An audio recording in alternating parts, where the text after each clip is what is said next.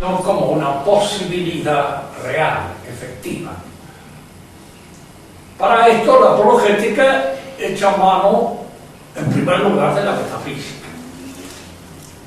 Pero la metafísica que sirve para la apologética tiene que ser inevitablemente la metafísica del realismo clásico. No existe otra metafísica, porque lo que modernamente se puede llamar a veces metafísica no es metafísica, para decirlo con toda la seguridad con que da el concepto. Suele ser a veces una lógica de alto nivel intelectual, como es el caso de la lógica de Hegel. Pero en Hegel no hay metafísica porque no hay un acceso a Dios a través del orden físico. Y si no hay un acceso a Dios a través del orden físico, propiamente hablando, no se puede hablar de metafísica. Se puede hablar de ontología, en este sentido de que la ontología es un análisis del ente.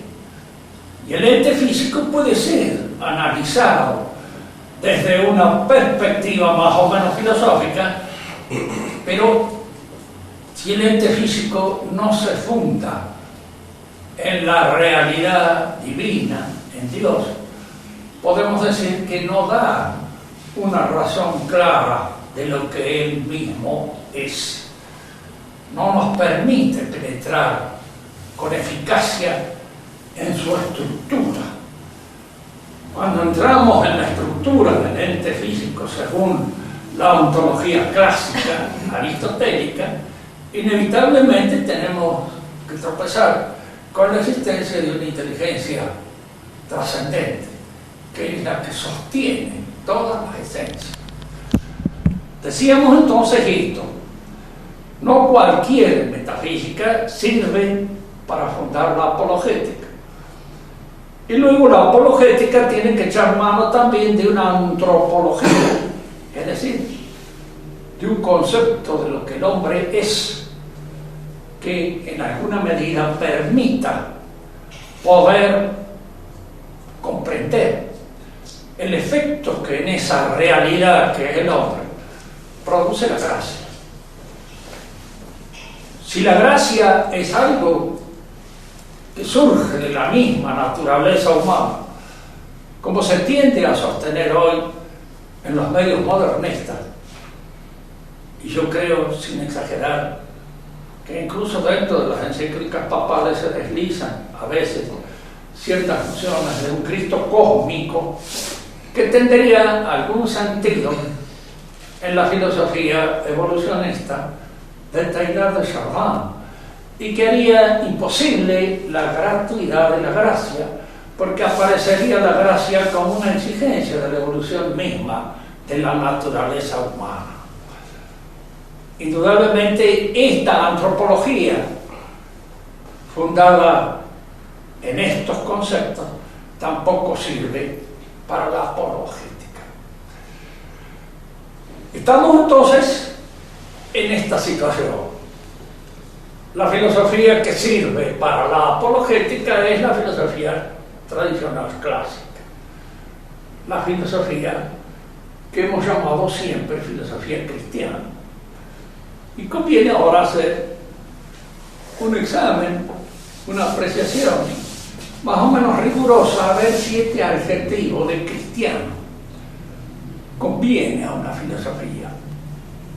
Esto se ha discutido, por supuesto, y la discusión surge generalmente de los ámbitos racionalistas, en que niegan la posibilidad de que una filosofía pueda admitir el adjetivo de cristiano.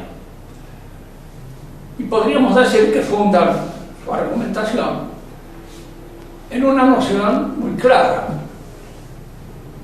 que añade a una ciencia fundada en la razón la idea de cristiano. Si nosotros fuéramos a hablar de una botánica cristiana, nos daríamos cuenta que efectivamente esta noción no añade nada. La botánica como tal es una ciencia que no admite esta adjetivación, como no lo admite la aritmética o la matemática, y como no lo admiten una serie de ciencias más. Lo admitirá la filosofía. Aquí es donde nosotros no tenemos más remedio que apelar también a los criterios propios de la revelación. ¿Qué es la revelación? Aparentemente, digamos, es un conocimiento que le viene al hombre desde Dios. Dios mismo le manifiesta al hombre ciertas cosas de la realidad que él, por el solo esfuerzo de su razón, no ha conocido, no ha visto. ¿Y qué aspectos de la realidad descubre la revelación? Que puedan ser objeto de una consideración racional, que puedan ser objeto de una meditación de tipo filosófico.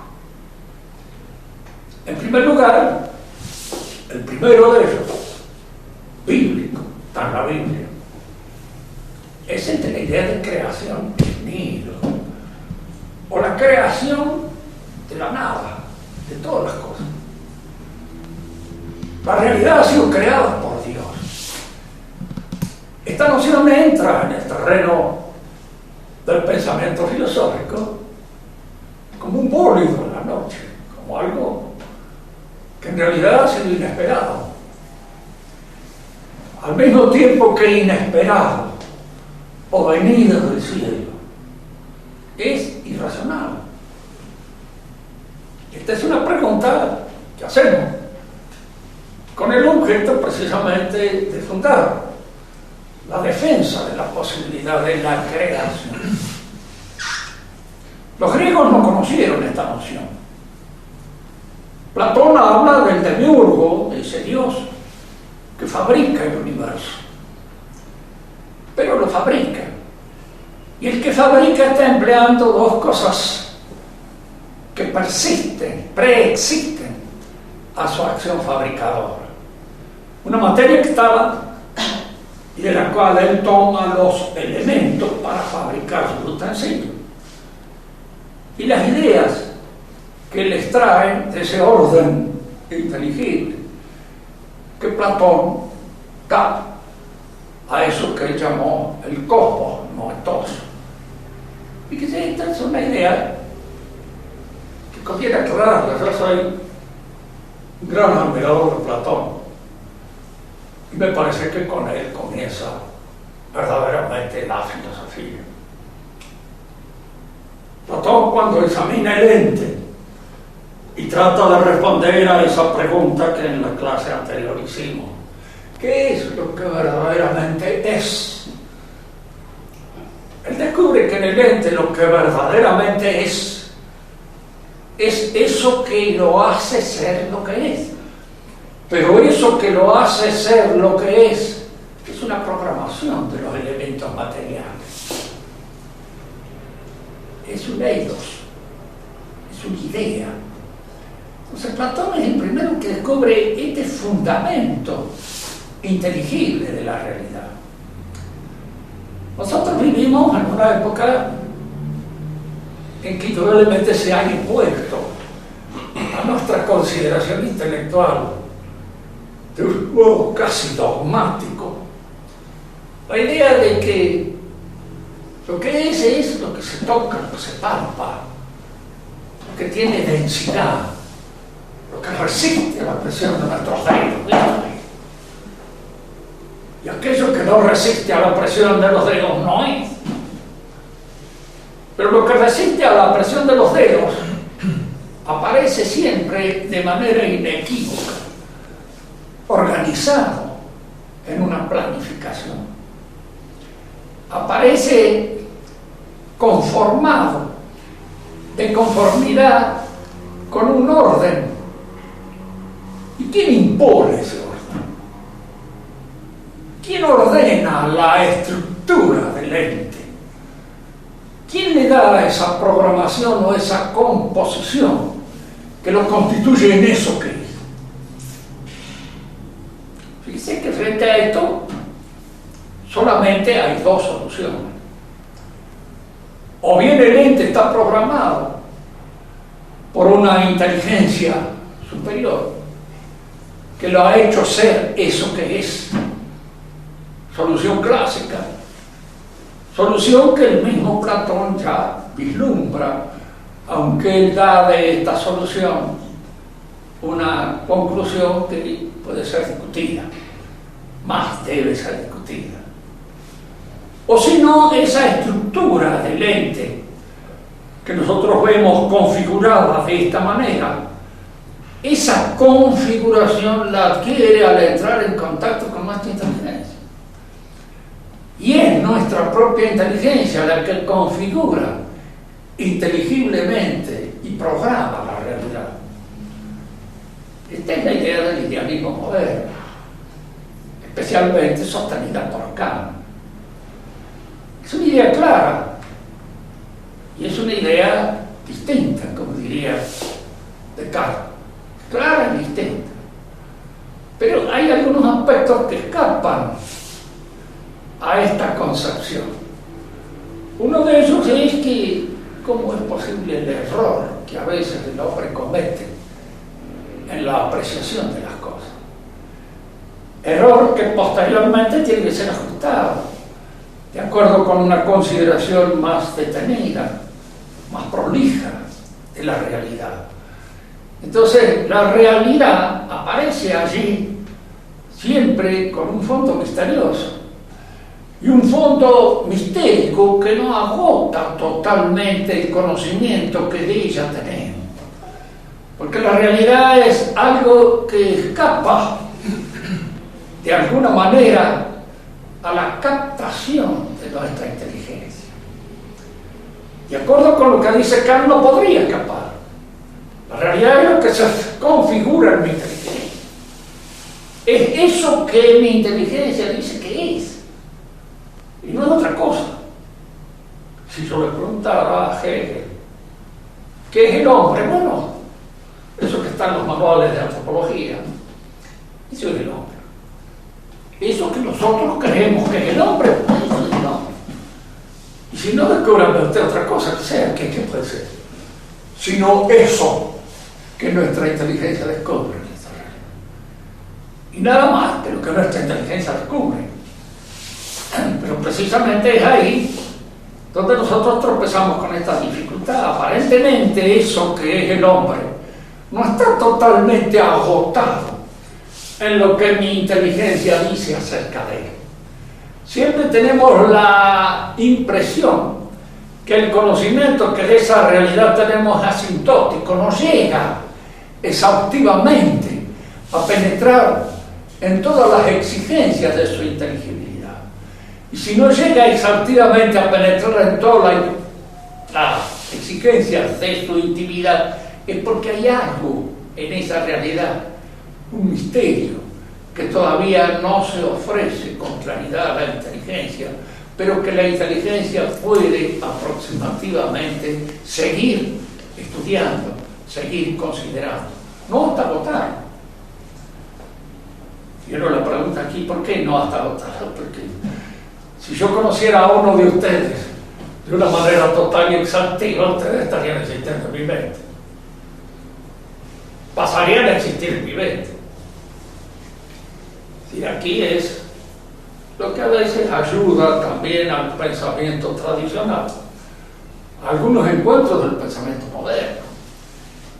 El existencialismo, por ejemplo, de Kierkegaard ha descubierto muchas veces esto.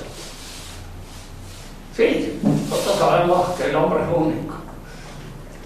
Yo sé que yo soy único y que esa unicidad de mi inteligencia es una característica de mi realidad. Soy único. ¿Pero en qué consiste esa unicidad mía? ¿En dónde está? Si yo calculo que Dios ha hecho el universo Y el universo es un poema que depende de su inteligencia. No hay en todo el universo entonces notas falsas, porque entonces Dios sería un poeta champón y no sería un verdadero poeta. Un verdadero poeta no pone una palabra de más, pone la palabra que debe estar, y cada palabra tiene su preciso sentido. Dios nos ha hecho a nosotros y con nosotros ha querido decir algo, pero yo honradamente no sé lo que ha querido decir conmigo. Y ese es el problema de cada uno de nosotros, y es el problema existencial, descubrirlo. Kierkegaard supone que realmente lo vamos a descubrir, pero después de muerto, es decir, cuando estemos ya en estatus de aprehensión de la verdad última, y entonces descubriremos quiénes éramos y para qué fuimos hechos y con qué propósito fuimos hechos. Mientras estamos acá, nos debatimos un poco en la sombra de un conocimiento que no es nunca exhaustivo.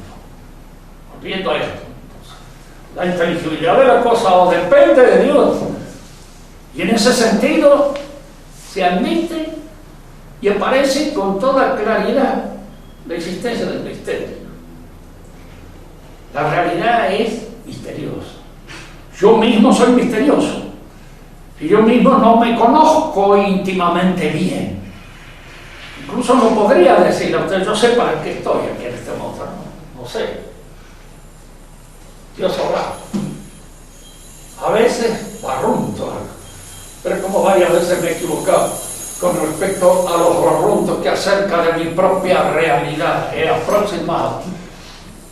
Trato en lo posible de no volver a barruntar y de quedarme un poco con ese misterio que es mi propia realidad.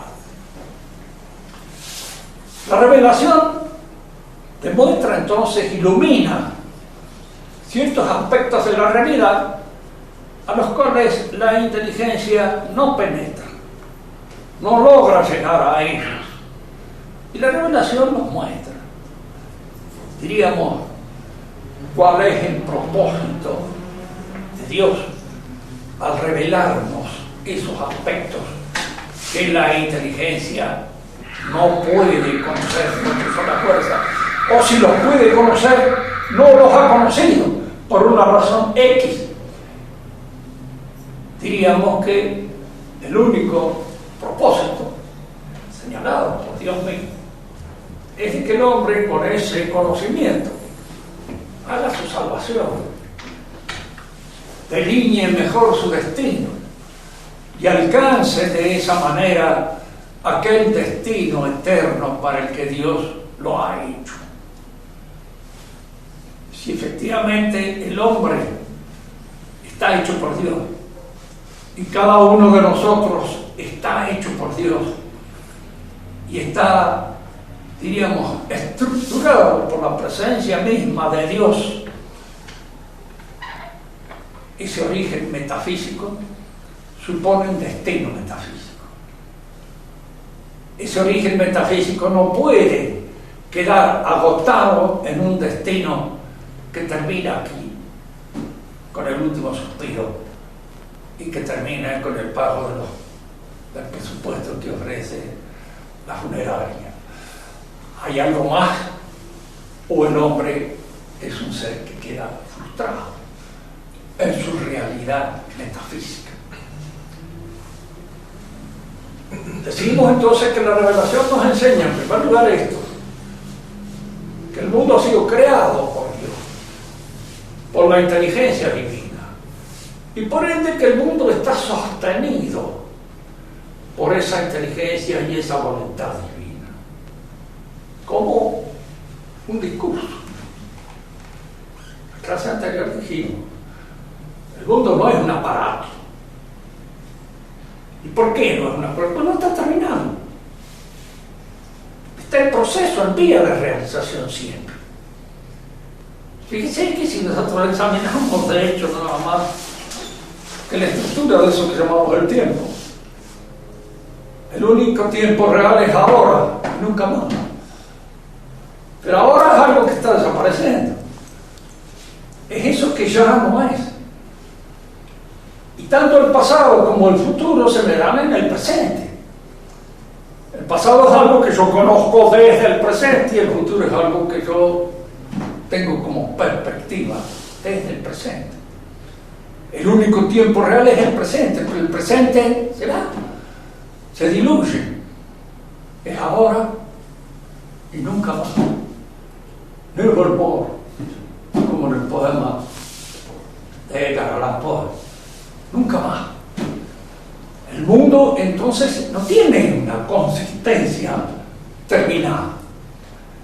Es algo que se está realizando en el discurso divino. Entonces, es Dios quien está hablando de nosotros, el que nos pone en esta situación y que nos hace. Y en cierto modo, diríamos, la creación misma de la realidad es muy parecida a esa creación que nosotros hacemos en oportunidades de nuestro discurso. ¿Qué es discurso? Fonema, sonido, palabras. Si usted en cierto modo fuera a analizarlo, como explicamos en la clase anterior, de una manera pura y exclusivamente científica, como señala la ciencia de hoy, usted se detendría en los sonidos, en los fonemas, los estudiaría todo y no encontraría el sentido de lo que se quiere decir. En cierto modo, como si yo examinara al hombre de una manera pura y exclusivamente química. ¿Qué es? Un montón de agua con algunos otros elementos que constituyen su realidad. Y en el fondo, todo eso está unido, sí, de una cierta manera, programado, etc. Pero la observación del químico no va más allá. La observación del físico tampoco va mucho más allá.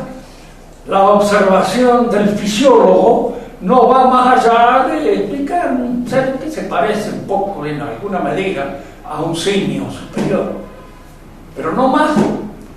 Y el hombre como realidad, el hombre como aquello que se manifiesta, ¿dónde lo puedo percibir? ¿Dónde lo veo? ¿Cuál es la óptica, el punto de apreciación que me permite observarlo en toda su realidad? Pues a través de su conducta, a través de su historia, a través de todo aquello que constituye, diríamos así, la grandeza y la servidumbre del hombre. Su grandeza y su servidumbre que yo no la puedo observar, ni como químico, ni como físico, ni como fisiólogo, ni como zoólogo. Se ha tratado de dar del hombre la idea zoológica. El hombre es un animal evolucionado. Y no niega, claro. Y entra en muchos caletes así, de una manera cómoda. Y no se preguntan, muy bien, pero dígame, desde el punto de vista biológico, desde el punto de vista ecológico, que es la producción del hombre. El hombre no es un desastre para la vida biológica y para la ecología incluso del universo. ¿Cómo se explica este animal raro, complejo, lleno de problemas, que no lo soluciona de una manera fácil? Marx decía que el hombre era, por encima de todas las cosas, un ser económico. La hormiga sí, que realiza perfectamente la función de su sostenimiento en el hormiguero de un 5 aplicaciones. Pero el hombre no puede explicarse pura y exclusivamente por lo económico, porque entonces tendría que haber biológicamente un instinto económico que lo llevara de una manera fija, igual siempre, a la realización de sus proyectos económicos. No explicaríamos los estafadores, no explicaríamos los ladrones, no explicaríamos los agiotistas, no explicaríamos las quiebras, no explicaríamos nada de todo lo que constituye la variedad de la vida económica, en lo cual lo patológico es más frecuente que lo normal. No es en serio. Hablar de que el hombre, como por ejemplo de Freud, y hay mucha gente contenta y feliz de que Freud ha dado las cifras de lo que el hombre es. Hay un cuento que trae él en Total y Tabú, donde él explica el nacimiento de la religión, explica el nacimiento del monoteísmo, explica todo eso de una manera sencilla, clarísima, que cualquier imbécil estudiante puede aprender y salir convencido de que así está claro de todas las explicaciones del hombre. El hombre vivía en manada, el padre acaparaba a todas las hembras de la manada, y entonces una vez se juntaron todos los hijos, liquidaron al padre, lo mataron, se lo comieron, después no sabemos por qué. Esa es una cosa que tampoco se explica biológicamente, no por qué se lo comieron, pero se lo comieron. Y desde ese momento, diríamos así, después de la manducación del padre, crearon la posibilidad de comerlo místicamente. Primero en un animal totémico y posteriormente en la hostia consagrada, en la cual nosotros comemos precisamente a nuestro Señor Jesucristo. Y es una forma litúrgica de la manducación primera de los hijos por el Padre. Ahora, primero nos explica por qué esa manada no estaba instintivamente bien regulada en la distribución de las hembras.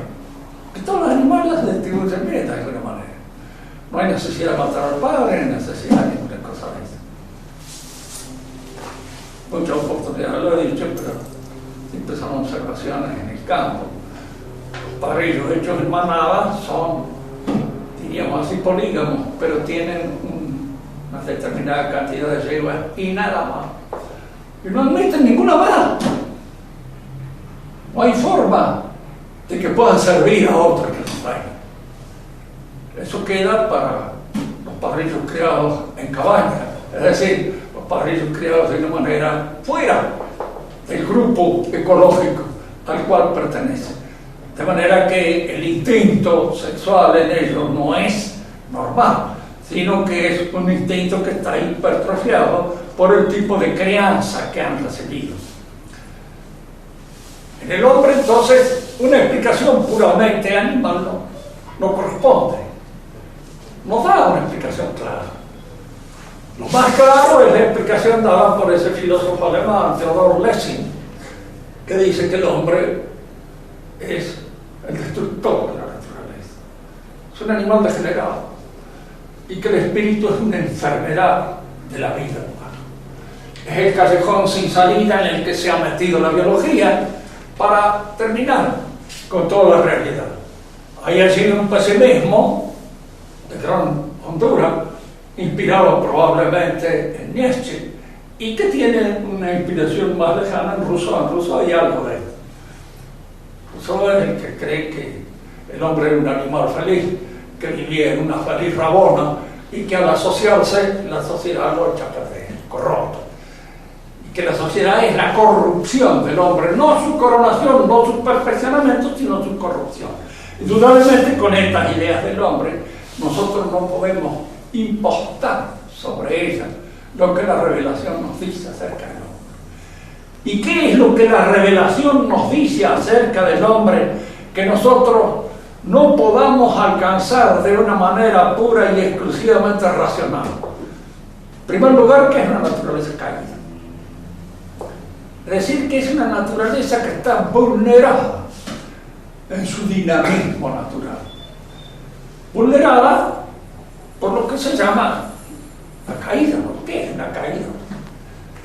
Diríamos, en el caso del hombre, es un ser en el cual hay facultades superiores, las que específicamente lo determinan como hombre, que es la razón, la inteligencia y la voluntad.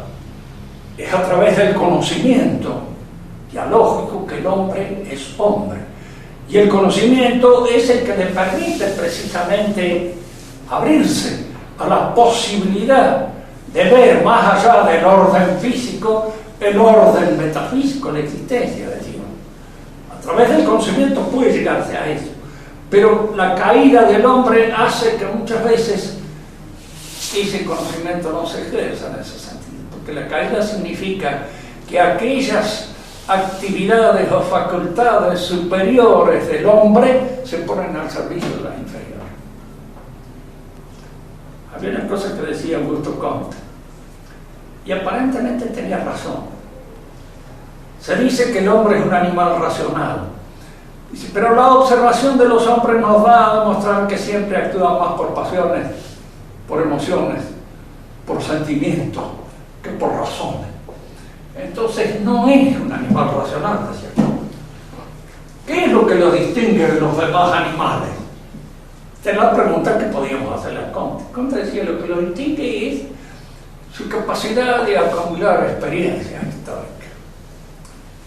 Es el único animal histórico que hay. Los otros no lo son. En cada generación se renuevan y empiezan de nuevo. A fojas uno. Este gato que nace hoy tiene que aprender a ser gato él. El hombre recibe una herencia. Y al recibir herencia, hacerse cargo de esa herencia, está recibiendo un trabajo acumulado por las generaciones anteriores, y ese trabajo acumulado por las generaciones anteriores es la que los distingue de los demás hombres, de los demás animales. Acá hay una cosa que es cierta, indudablemente. La historia tiene esa posibilidad. El pensamiento tradicional clásico nos enseña, en primer lugar, que el hombre es una razón dialógica. ¿Qué quiere decir? Que no aprende solo. Entra en contacto con los demás y a través de ese contacto con los demás es como aprende. De manera tal que el aprendizaje es un diálogo social. Empieza en la familia, empieza con la mamá, se extiende luego y se proyecta a todas las demás comunidades inmediatas, en las cuales el hombre va recibiendo siempre esta enseñanza de los mayores. Que es esto lo que funda el sentido de la autoridad. Un sentido hoy tan debatido y tan... Fíjense que estamos viviendo en una época en que todas estas palabras que tienen una significación venerable y respetable son discutidas, son echadas a perder, son arruinadas por el tráfico diario de estas palabras. Esto nos permite a nosotros exponer esto. La importancia que tiene conservar el latín para que no se eche a perder por el tráfico diario del lenguaje común y corriente que echa a perder todos los lenguajes. Hoy se habla de autoritarismo, de abuso de autoridad. La autoridad se pone inteligencia y conocimiento. Y la autoridad es aquel que posee el conocimiento capaz de transmitirlo a otro. Una autoridad sin conocimiento no es autoridad. En castellano le podemos atribuir poder a un caballo, le podemos atribuir poder a un cataclismo, pero no le atribuimos autoridad. ¿Por qué? Porque la autoridad supone el entendimiento. Y entonces el proceso dialógico del conocimiento es un proceso dialógico en el cual entran en la composición tanto los otros, los demás, con los cuales hablo, como aquellos de los cuales aprendo. Y esos de los cuales aprendo son los que poseen la autoridad, son los que me enseñan, cada uno en su dimensión, cada uno en su jurisdicción propia, porque la autoridad tiene también su jurisdicción. El padre puede no saber muchísimas cosas, pero si sabe dirigir la familia, sabe en un momento determinado a qué hijo se puede ir y mandar para que haga tal cosa o tal otra. Es decir, la autoridad aquí sabe elegir. Yo les explicaba una vez a los alumnos que estaban en esta, porque yo decía, a veces el gobernante no es el que tiene la autoridad. Mire, si es un buen gobernante tiene autoridad. Puede no saber muchas cosas, pero si es un buen gobernante es aquel que sabe elegir el hombre que lo ayuda. Y que en alguna medida le concede la autoridad para que él realice esos propósitos que quiere realizar. Luis XIII se sentía bastante deficiente en materia de diplomacia junto a Richelieu, pero lo sostenía y al mismo tiempo lo frenaba. Y en eso consistía el uso de su autoridad. Su autoridad como rey era precisamente saber elegir bien su ministro y al mismo tiempo impedir que su ministro se metiera en cosas que no le correspondían. y que no fueran la de Dios. La autoridad del padre muchas veces consiste en guiar bien su familia y en impedir precisamente los desvíos de esa familia. Estamos en esto. La revelación nos dice que el hombre es una naturaleza caída. Y si nosotros vamos a considerarnos bien, con cierto sentido de lo que somos, damos cuenta de que tiene razón. ¿Qué es así? No soy dueño de mí mismo siempre.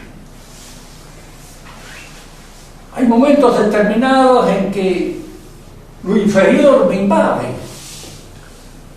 Apetitos que quisiera yo desalojar de mí me oscurecen la mente. Sea la ira, sea la afectividad irascible o la afectividad concupiscible. De cualquier modo, cualquiera de estas apetencias en un momento determinado ejerce una especie de oscurecimiento en mi cerebro y me impide dominarlos con la seguridad que debiera tener. ¿Hay en mí una idea de que yo debo dominarlos? Sí, existe. Existe la idea de la normalidad. Fíjense, esto es como cuando hablamos. El médico nos dirá a nosotros que es muy difícil encontrar un hombre que sea totalmente sano. Pero él tiene una idea ejemplar de la salud, porque es la que le está sirviendo de guía para la realización de sus curaciones. No podría curar a un enfermo si no sabe cómo devolverle a aquel equilibrio precario en el cual todos nos movemos. Puede hacerlo porque esa idea de salud está en él. Y así como en él está la idea de salud, está también en nosotros esa idea de salud. Y al mismo tiempo está en nosotros la idea de que no somos totalmente saludables, de que no nos comportamos siempre como debiéramos comportar.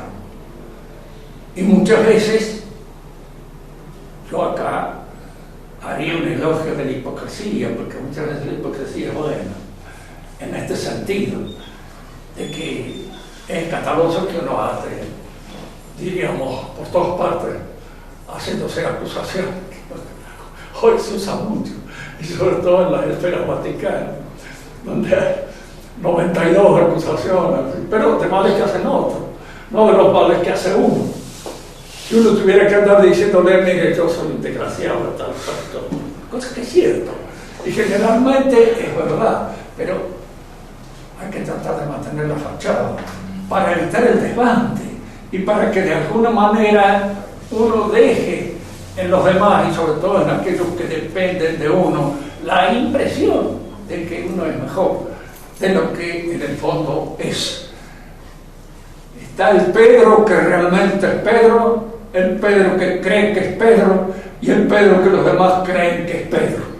Hay varios Pedros y ese otro, el verdadero, solo Dios lo conoce. Uno mismo no lo conoce porque a veces uno puede, por razones diríamos así, un poco hipócrita, acusarse exageradamente con el objeto de que le digan, bueno, no es para tanto, no es cuestión de exagerar su propia elección. El hombre es una naturaleza caída. Esto lo sabemos por revelación y al mismo tiempo sabemos por revelación la posibilidad de ese rescate, la posibilidad de rescatar esa naturaleza, de enderezarla mediante esa fuerza transfiguradora que es la gracia. La gracia, algo que viene de Dios, se inscribe en el hombre, diríamos así, se injerta en su dinamismo. Esta idea del injerto está repetida en muchas oportunidades por San Pablo y es una idea apreciable porque acá es una fuerza superior que entra en nosotros, penetra, y en la medida en que nosotros adherimos a esa fuerza, colaboramos con ella de la mejor manera posible. Aquí el pedido, la buena voluntad de los hombres, esa transfiguración se produce, esa transfiguración se ejerce, esa transfiguración aparece y a veces emerge de una manera dramática en ciertas figuras que hasta diríamos las reflejan en el rostro que tienen, la cara que tiene. Yo no he visto mucho de esa cara, pero por ahí algunas aparecen, en las cuales, diríamos así, aquellas virtudes egregias que están cultivadas por ella emergen a través del rostro y se aparecen y nos dan esa impresión. He leído en una memoria de soldados que combatieron con Santa Juana. Cuando a Santa Juana la hieren en el hombro, de una vez tienen que sacarle la coraza. Se le vio el pecho. Y el que escribe en las memorias dice esto. Dice: yo soy un hombre, dice, como cualquier otro. Era una muchacha linda y jovencita, pero nunca, dice, he sentido el movimiento de la concupiscencia. Porque aquello se me imponía, era de una pureza que estaba por encima de todas nuestras pasiones. Eso se da efectivamente. Yo diríamos, me limito a señalar su posibilidad a través de estos documentos. Es la impresión que debía dar Jesucristo, es la impresión que debía dar la Virgen, y es la impresión asquerosa que tenemos de aquellos que no la reconocen y que de alguna manera están buscando en estas figuras egregias y santas las debilidades que son el patrimonio de todos nosotros, pero que no eran el de ellos. Fue Jerónimo Bosch el que convierte a San Antonio, perseguido por toda la concupiscencia en el desierto. En primer lugar, hay acá dos cosas que siempre me llamaron la atención. San Jerónimo no era, San Antonio no era ningún sonso, y era un hombre que entendía perfectamente bien lo que era la psicología del eremita. Si él estaba obsesionado por cuestiones puramente sexuales, retirarse al desierto es lo peor que podía venir. Estar allí en la soledad. De manera que estas cuestiones es posiblemente las que no debían de obsesionar. Cuando él habla de un asedio, habla de un asedio diabólico. Y el asedio diabólico que él sufre es precisamente los demonios que lo perseguían. Este asedio diabólico para Jerónimo Bosch es mucho. Y entonces lo convierte en un asedio sexual, en un asedio puramente más de esos hombres de ciudad que de los hombres del campo. No sé si en esto caigo en un lamentable sentimentalismo bucólico, pero es curioso, yo he vivido en el campo muchos años, incluso estuve una vez como peón de vialidad con un grupo que estaba en patrulla en la Patagonia. Nunca jamás les he oído una cosa.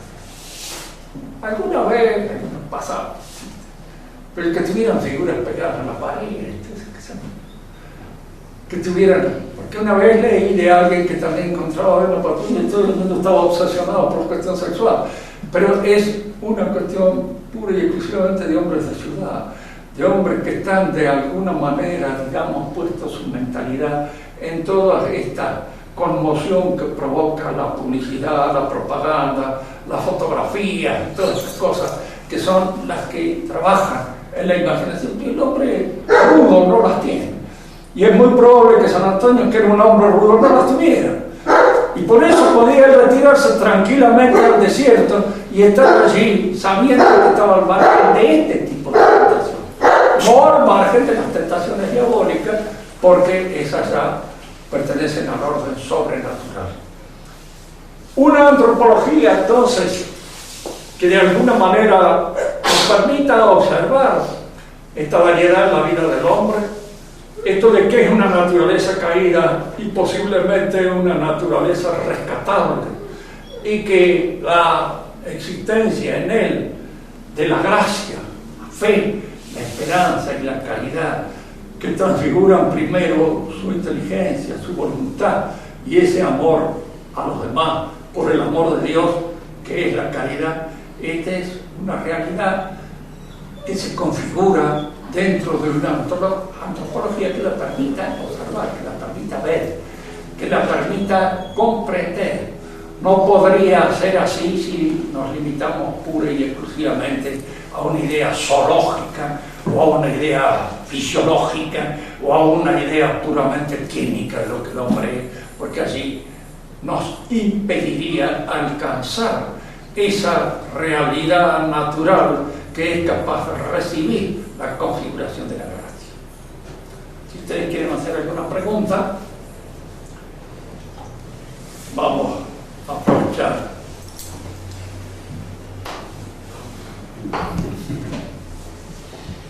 Muy corriente en el pensamiento actual, sobre todo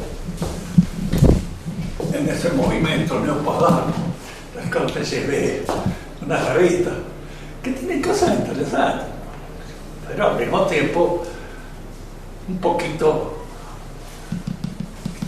discutible.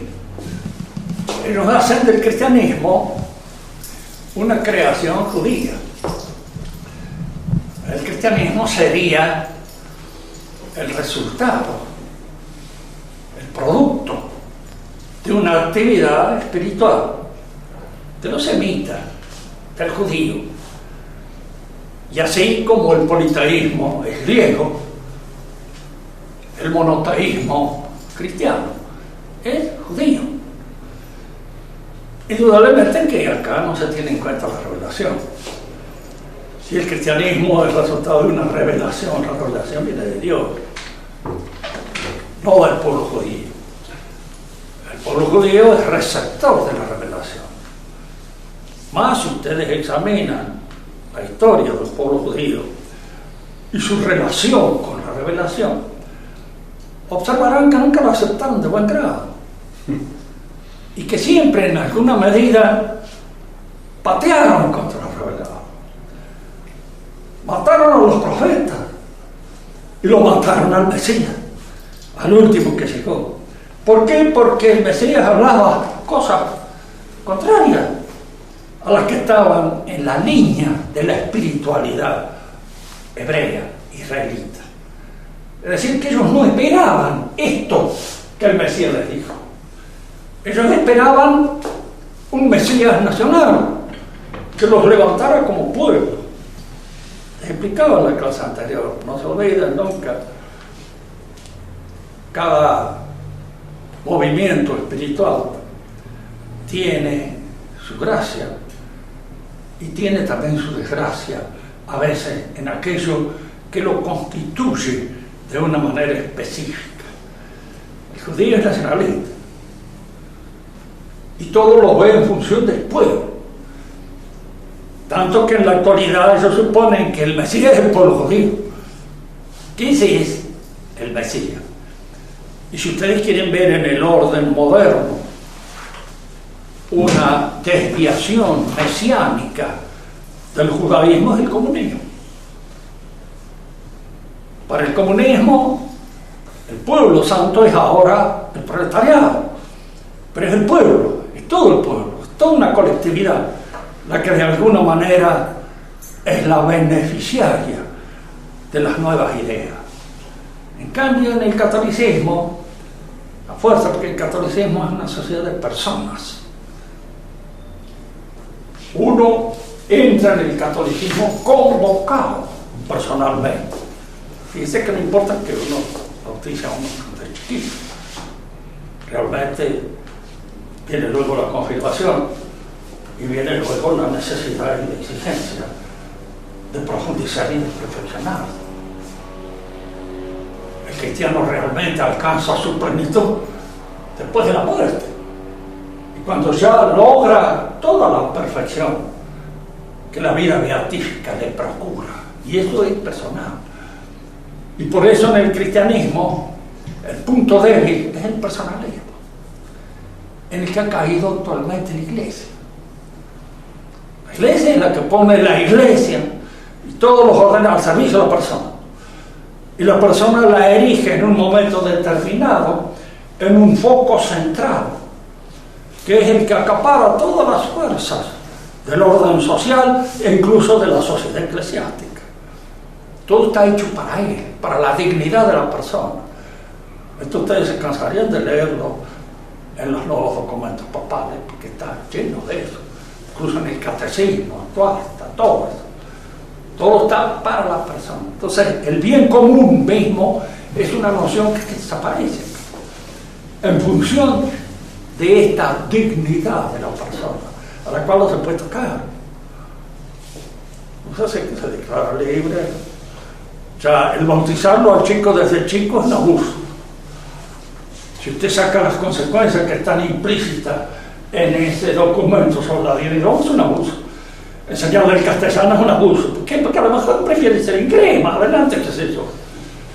Hacerlo argentino es un abuso. ¿Por qué? Porque ¿por qué lo obliga a ser argentino? Si le gustaría ser paraguayo o hacer cualquier otra cosa. Entonces, digo, fíjense que yo soy de una familia bien liberal y masónica. Nosotros no nos bautizaron. Cuando sean grandes que elijan. No sean grandes que elijan. Yo felizmente elegí el bautismo, pero podía no haberlo elegido y haber terminado sin bautizarme. Pero con el mismo criterio, usted le daría a decir que elija lo que quiera, que elija su índole. ¿Por qué hay que enseñarle este idioma? Español, los españoles, ya está Doctor López, han conquistado esta tierra, han abusado de los indios, los han cachateado, les han quitado todo lo que tenían. Entonces es una raza muy desprestigiada. Entonces, ¿por qué no usar el idioma inglés, que es mucho más? Mejor sería el hebreo todavía, pero no. Ese personalismo está un poco como un elemento, diríamos así, que en cuanto se exaspera y se hipertrofia, se convierte en el vicio del catolicismo. Es el personalismo. ¿Este personalismo nace fundamentalmente ahora último o tiene su antecedente? Tiene antecedentes. El liberalismo. Ahí nace. Cierto que el liberalismo nace en clima protestante, claro, sí. Pero si vos observás bien, el protestante, ¿qué es? El tipo que recaba para la persona la interpretación del Sagrado Escritura. ¿Y con qué empieza el protestante? Con una exasperación de la personalidad, del personalismo. Soy yo el que interpreto la Escritura. Y si me asocio con otro es simplemente por razones pastorales, por leer la Biblia juntos. Pero no tiene mucho sentido, porque no constituye, diríamos así, una noción que amalgama en función de los objetivos dogmáticos comunes. No hay. El principio protestante lo rechaza, y el principio protestante es un principio que está como vicio del catolicismo. Yo siempre les digo, mire, eso que decía Chesterton, de que toda la revolución moderna son ideas cristianas enloquecidas, sacadas de quicio, es cierto.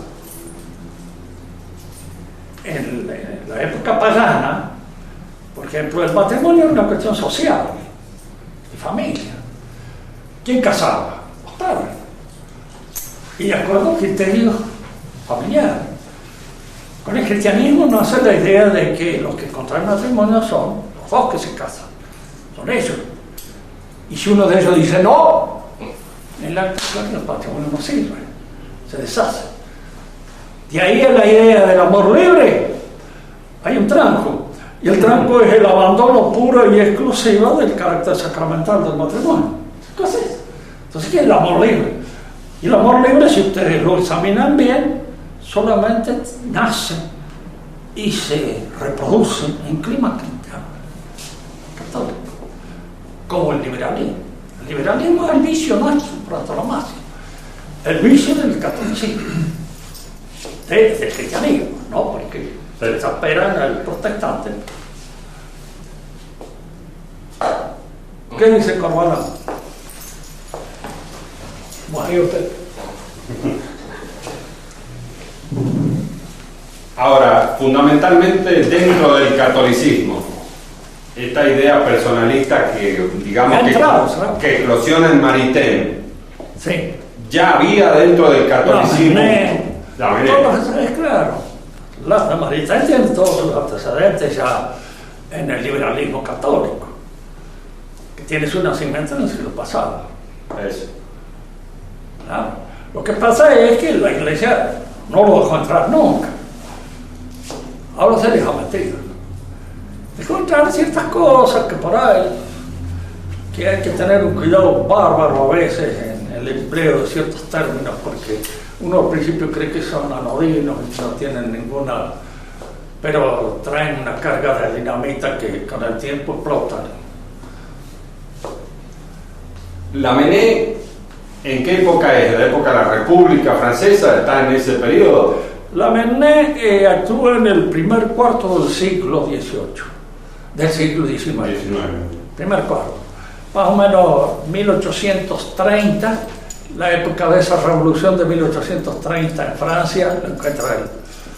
Pero al principio es un católico al cual hoy podría aplicársele el término de fundamentalismo. Y después se va al otro lado. Bien chinchudo. No, Y hay que tener cuidado a veces de los rabiosos. Se ponen rabiosos. Y entonces pierden el control. El principio existe, se exageran. En la iglesia todo el mundo debe ser santo. Claro, como no son todos santos, entonces no siguen, no andan. Son cosas que la gente debe aceptar a la gente como son. Marat con sotana. Claro. Tratar de ver si uno se compone, pero empezando por casa, siempre.